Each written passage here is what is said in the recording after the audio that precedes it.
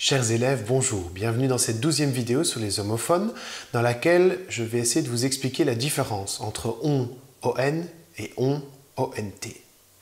Alors, on commence par on. Je vais vous donner trois exemples, trois phrases d'exemple. La première phrase, on part à la mer. Deuxième phrase, tous les ans, on organise un barbecue. Troisième phrase, on a de la chance.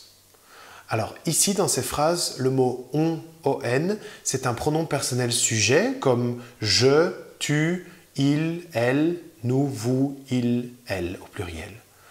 Alors ici, on le conjugue exactement comme il ou elle. On, c'est un pronom de la troisième personne du singulier. Donc ici, on pourrait le remplacer par il. On dit par exemple on part à la mer, on pourrait dire il part à la mer. On pourrait dire tous les ans il organise un barbecue et on pourrait dire il a de la chance. Donc la règle, c'est que si l'on peut remplacer on par il, on écrit on. Voici la traduction en néerlandais. Et maintenant on passe à on. Alors, trois exemples. Les invités ont soif, ils ont tout pris et les élèves ont le choix. Ici, ce n'est plus un pronom personnel sujet. Si on dit les invités, ils, soif, ça ne correspond pas, ce n'est pas correct. Par contre, ici, il s'agit d'un verbe. Et c'est le verbe avoir.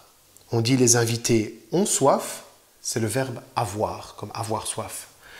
Et ici, le verbe avoir est conjugué à la troisième personne du pluriel au présent. Si on change de temps et qu'on le conjugue à l'imparfait, qu'est-ce que cela donne? On dit les invités avaient soif.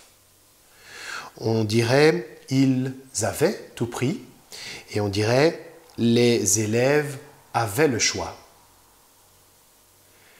Donc, si on peut remplacer on par avait, A-I-E-N-T, cela signifie que c'est on, O-N-T, que c'est le verbe avoir à la troisième personne du pluriel.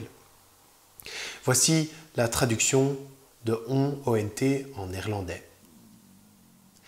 Alors, et maintenant la théorie. Si on peut remplacer on par il, on écrit on, O-N, c'est un pronom personnel sujet.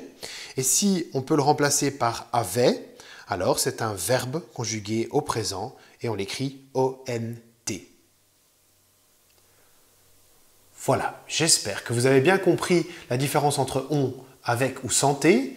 Maintenant, vous allez faire des exercices pour bien vous entraîner à faire la différence et pour ne plus jamais commettre cette erreur. Je vous souhaite un bon travail.